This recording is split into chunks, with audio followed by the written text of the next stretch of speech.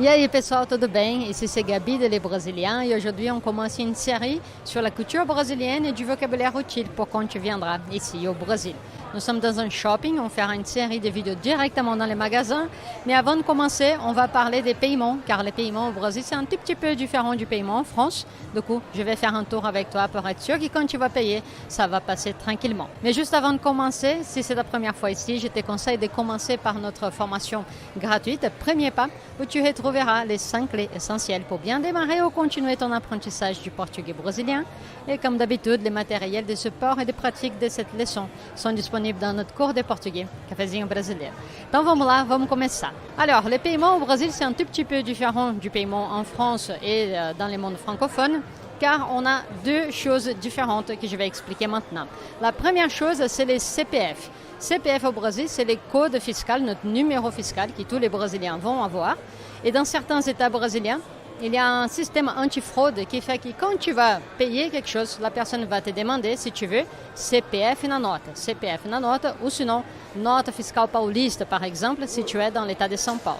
Si tu réponds oui, que tu veux ton numéro fiscal dans ta facture, ça va faire en sorte que ce marchand ne pourra pas frauder cet achat que tu viens de faire, il va être obligé de le déclarer. Donc comme ça, les gouvernements peuvent faire en sorte que tous les magasins déclarent correctement leurs ventes.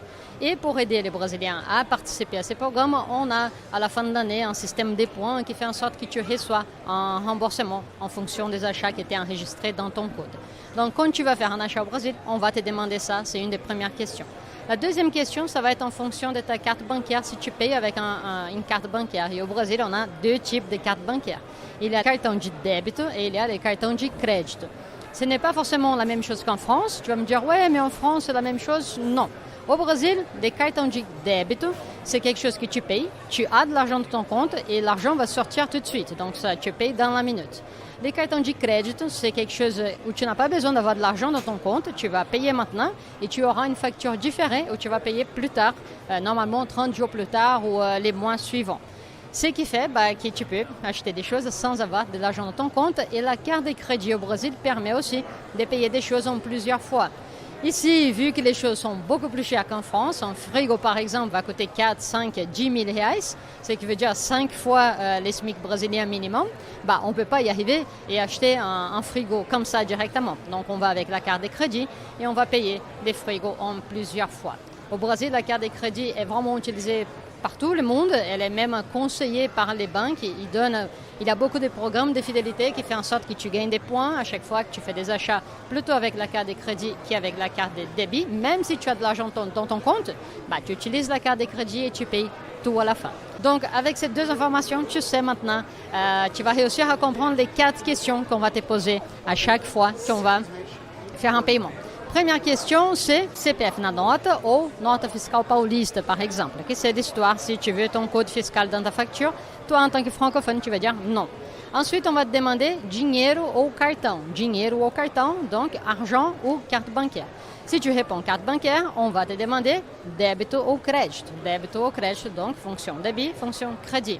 Et ensuite, si tu dis crédito, on va te demander à vista ou parcelado. À vista ou parcelado. À vista, ça veut dire que tu payes les montants d'un seul coup.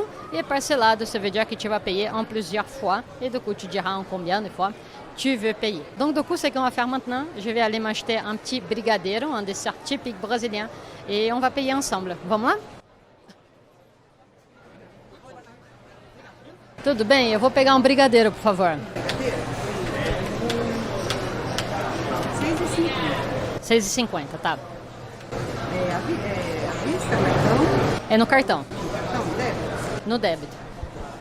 Você quer nota fiscal paulista? Não, não precisa. A notinha para participar da promoção do shopping? Também não. Não? Então eu vou te entregar a notinha e você retira no caixa. Tá bom, obrigada. Obrigada, viu? Bom sempre. Obrigada. Donc voilà, on vient de payer, elle nous a posé plus ou moins ces 4 questions. À la fin, elle a ajouté une question si je voulais un notinha. La notinha, c'est les reçus quand tu payes avec une carte bancaire, car en ce moment, il y a des promotions pour Noël. On peut gagner des voitures et des choses comme ça. Si on a beaucoup dépensé, on peut avoir des coupons et échanger par ça. Donc on a fait le tour. Il y a une information que je voulais finir avec ça. Toi, en tant que francophone, quand tu arrives avec ta carte bancaire au Brésil et que tu vas payer, Bizarrement, ça ne va passer qu'avec la fonction crédit, même si les crédits au Brésil n'est pas la même chose que les crédits en France. Donc, pour toi, tu vas payer avec fonction crédit au Brésil, mais tu ne vas pas payer plus tard. Tu vas payer dans la minute comme tu fais en France normalement. Je ne sais pas expliquer pourquoi avec les cartes étrangères c'est comme ça. Ça, c'est de mon vécu et de l'expérience avec mes élèves. Tu peux aussi partager avec moi dans les commentaires si c'était la même chose avec toi. Donc, normalement, si tu payes avec une carte étrangère, c'est possible que ça va passer seulement avec la fonction des crédits. Et si tu as une carte brésilienne, bah, du coup, tu vas choisir la bonne fonction selon tes choix. Je pense qu'on est arrivé à la fin, on a fait le tour. À partir de maintenant, on verra plein des magasins et à chaque fois, on va poser les mêmes questions, mais maintenant tu sais, ça vai être facile. Então é isso aí, chegamos ao fim. Beijo para vocês, a gente se vê na próxima aula. Tchau, tchau. Tu as bien aimé cette leçon? Alors laisse-moi un j'aime ou un commentaire pour que je le sache.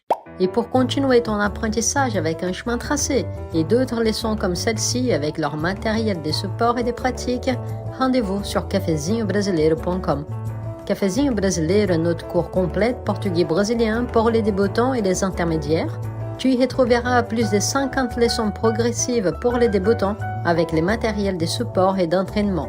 Et pour les intermédiaires, des leçons de portugais en portugais pour continuer à apprendre et à développer ton portugais brésilien. Plus d'informations sur cafezinhobrasileiro.com ou dans la description de cette vidéo.